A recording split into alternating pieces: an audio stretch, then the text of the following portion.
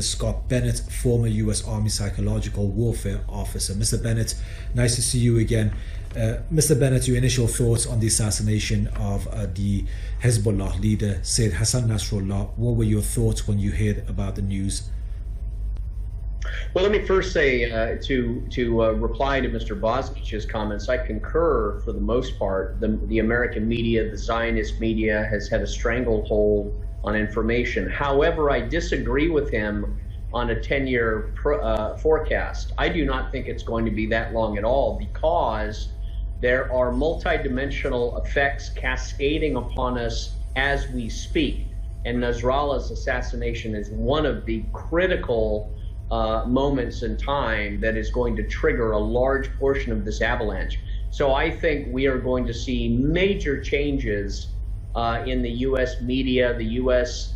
Political structures, academia, because it's going to be driven by the people of the United States. The people of the United States are recognizing this hypocrisy and this evil and this warmongering agenda that the Jewish Talmudic Zionists have pushed them in since 9/11. And it's taken a long time for the sleeping giant to wake up, but it is waking up. So I don't believe it'll be 10 years at all. I believe it'll be in the next 1 to 5 years, if not less than that. You will see major changes in the U.S., starting with November 7th coming up in the election. Whether or not there's election is immaterial. The country is near a revolution because of the precise actions that Israel has taken with the murder of Nasrallah. Because this threatens every American as well, because their Zionist captured Congress and military-industrial complex is going to push for an engagement, push for a involvement for profit, which equals war, and the American people don't want that. So you are seeing a divorce between the people and their government, which is best defined as civil war, revolutionary war, and people have an appetite for it right now. But moving into the Nasrallah assassination, I think this was a terrible miscalculation that the Israelis really haven't thought through, because they're incapable of any judgment, any logic, any reason. They are driven by an insane, obsessive, hysterical, blood rage, emotional hatred for anyone non-Jewish, essentially. And they masquerade it towards America to use America, to abuse and steal its money and corrupt and blackmail its politicians. But the underlying nature of Israel is hatred. Hatred and vile,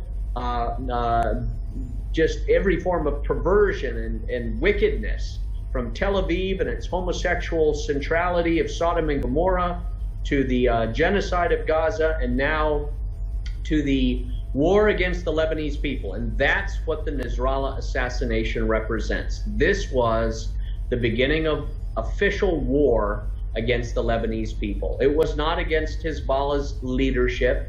It was against everyone who looked at Nasrallah as a father figure, as a political icon, as an inspiring religious leader, which I would say is the vast majority of both Christians and Muslims in Lebanon, as well as Turkey and Syria and Jordan and Egypt and Iraq and Iran and Pakistan and Indonesia and all over the Muslim world.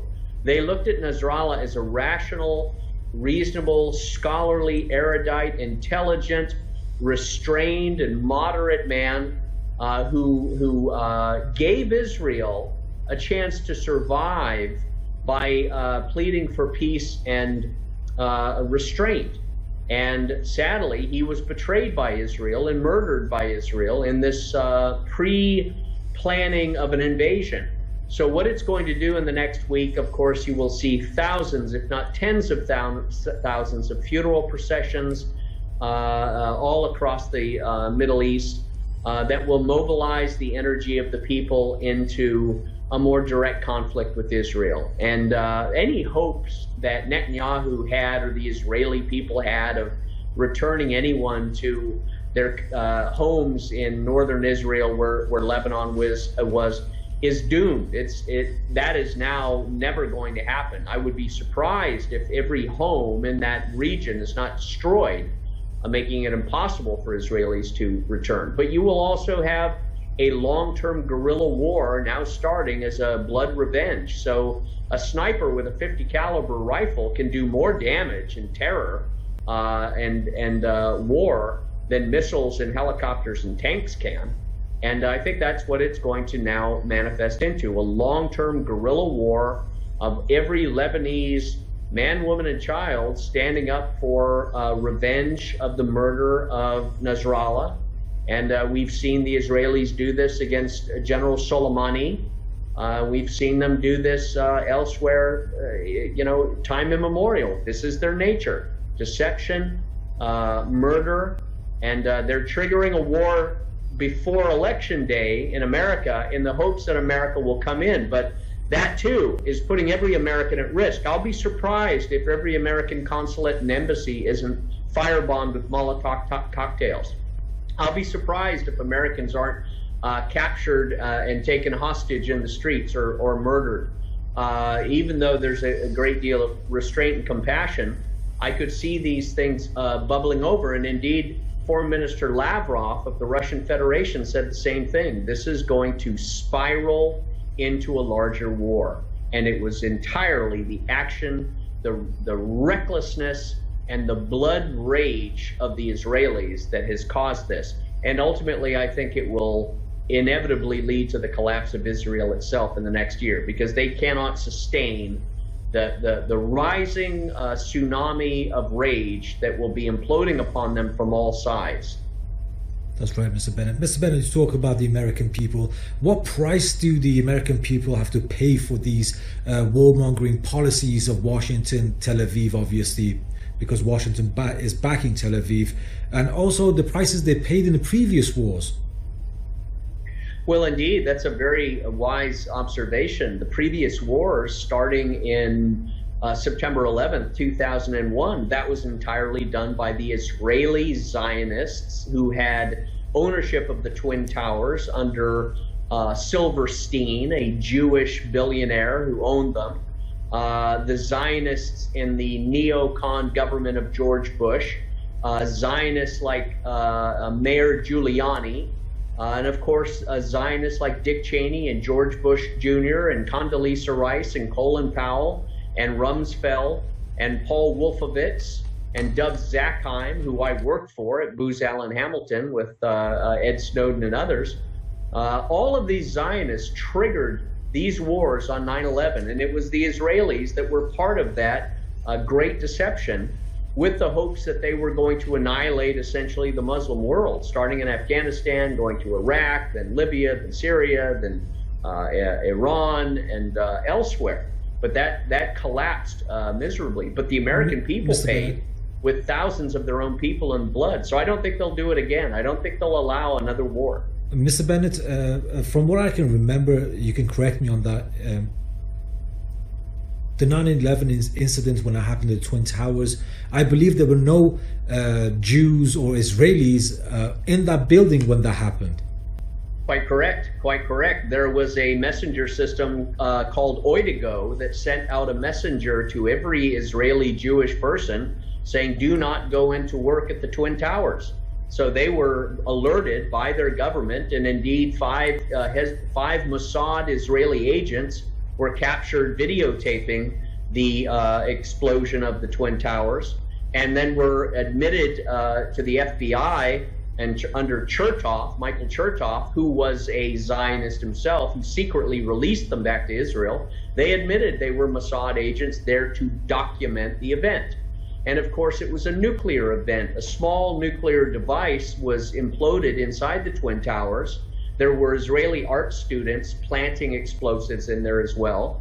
Israeli art students are notorious for their spying operations in Washington. I know this when I worked with USAID, and Israeli art students would try and sell pictures and lithographs and paintings into the building. So the Israeli presence was there. The Israeli contractors were also working in the Pentagon before the attacks, and then also the same company did the cleanup of the Pentagon after the attacks. Never mind that not a single piece of plane, not wheels, not luggage, not tail sections, not engines were found anywhere on the grass which looked like a golf course, which is impossible. If a plane had crashed into that part of the Pentagon, it would have hit the ground. It never did. It was a cruise missile. So this was an Israeli masterful psyop, a Pearl Harbor on 2001 that sent in motion this juggernaut tidal wave of war. And they've tried to use the same excuse in this October 7th event. They've tried to call that their Pearl Harbor, which all indicators are now showing the Israelis fully knew, if not participated in. So I think we really have to look at the multidimensional deception, which is the Israeli Mossad slogan, by deception wage war. So when they say out of one corner of their mouth they want peace, peace, there is no peace.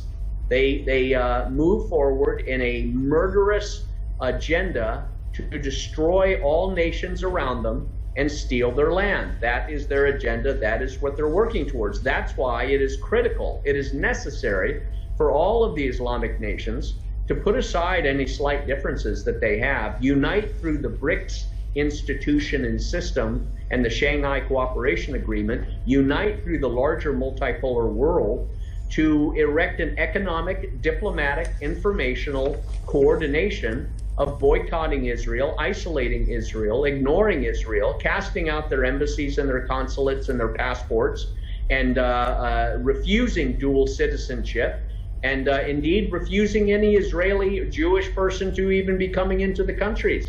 This is the only way that you pass along the message that this kind of behavior will not be tolerated. They will not be allowed to murder women and children and innocent civilians, blow up cell phones, blow up walkie-talkies, blow up pagers in this larger genocide of the Arab, Islamic, Alawite, Shia, Sunni people, which is precisely what they want to do. And the Christian people, I would say too.